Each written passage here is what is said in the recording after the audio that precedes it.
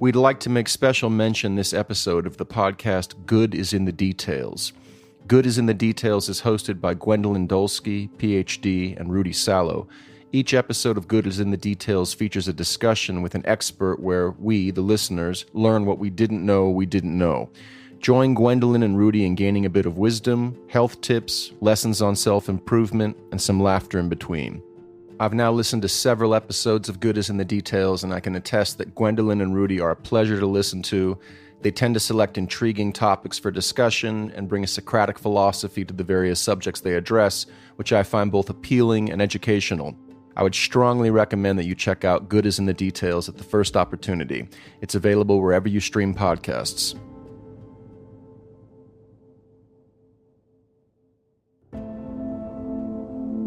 Welcome back to The Looking Glass. This is Matthew Kraig Kelly. Marc Smerling's 2020 series for Hulu, A Wilderness of Error, is fascinating and beautifully produced. It is also, so far as I'm aware, unique in that it takes a book of the same title, Errol Morris's 2012 book, A Wilderness of Error, as its primary point of reference, but treats that book with skepticism rather than simply translating its thesis into the language of film. Smerling essentially sets out to either verify or disconfirm Morris's hunch that Jeffrey MacDonald is an innocent man. Let me say a word about Morris's thesis in A Wilderness of Error, the book. Morris contends that Jeffrey MacDonald has, since the early 1980s, been contained within two prisons. The first is the one we all know, a physical prison. The second is the one Morris wants to direct our attention to, a narrative prison. MacDonald, Morris argues, has been trapped in something that is possibly even harder to escape than a maximum security facility, namely a story.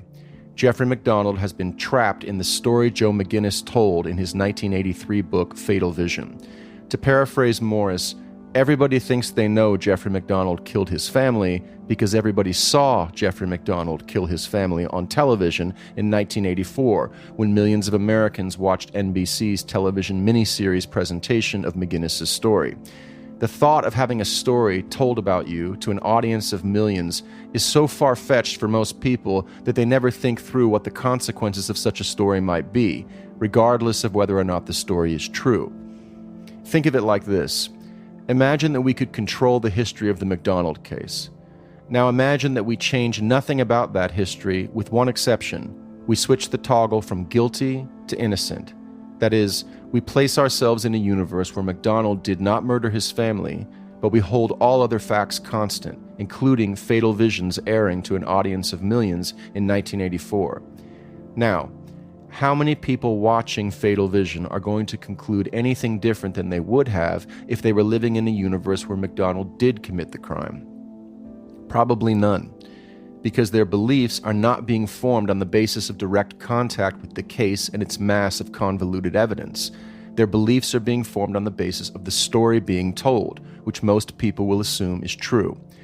There is also likely to be something like a network effect at work here, which is to say, the fact that McGinnis told the story of the MacDonald murders first made his telling especially difficult to eradicate, even by subsequent tellings that contradicted or undermined Fatal Vision.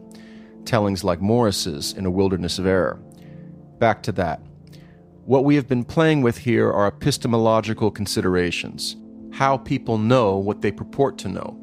Morris wants to ask, how do we know Jeffrey MacDonald killed his family? What is it about McGinnis's story that requires us, on an evidentiary basis, not a narrative one, to conclude that MacDonald is guilty? As listeners of this podcast no doubt appreciate, the answer is not much. The psychological and forensic evidence upon which McGinnis hangs his narrative is rickety at best. By no means does McGinnis back us into a corner, such that we simply cannot reasonably imagine that MacDonald did not commit the crime. Morris's driving home of this point is the primary achievement of A Wilderness of Error, by my lights. As I indicated in episode 9, however, Morris's own narrative, which we must grant he advances more tentatively than McGinnis does his, also proves less than compelling once we subject that narrative to proper historical scrutiny. But Marc Smerling doesn't really engage in such scrutiny in his 2020 A Wilderness of Error documentary. His approach is more impressionistic and free associative. This makes for lovely filmmaking as Smerling churns up rich and eerily accurate renditions of Helena Stokely, Prince Beasley, Freddie and Mildred Kassab, and other historical figures who reappear across the various narratives of the MacDonald murders that have been offered up over the decades.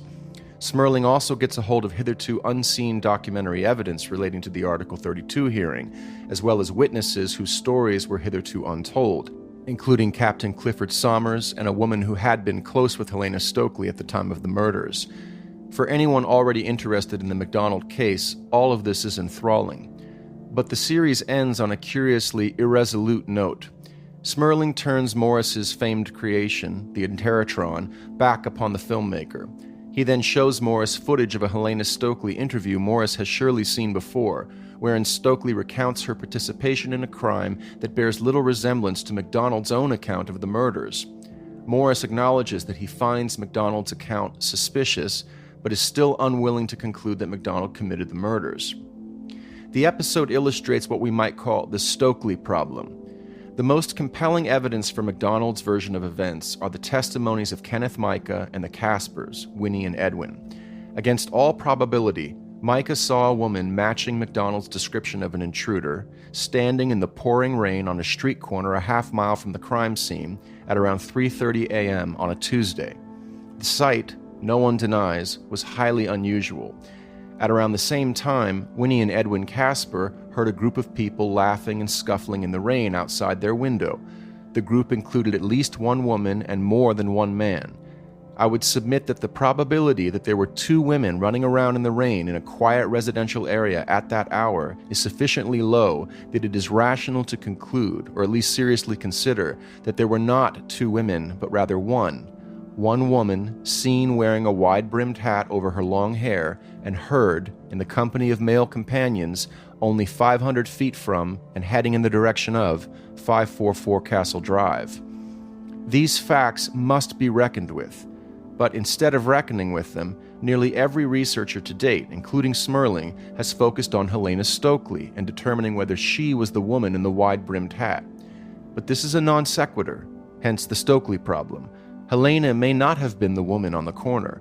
Helena may have been lying about everything.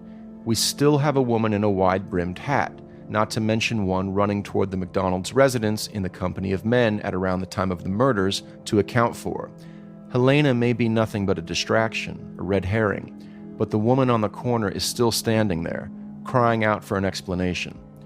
We'll see you next time on The Looking Glass.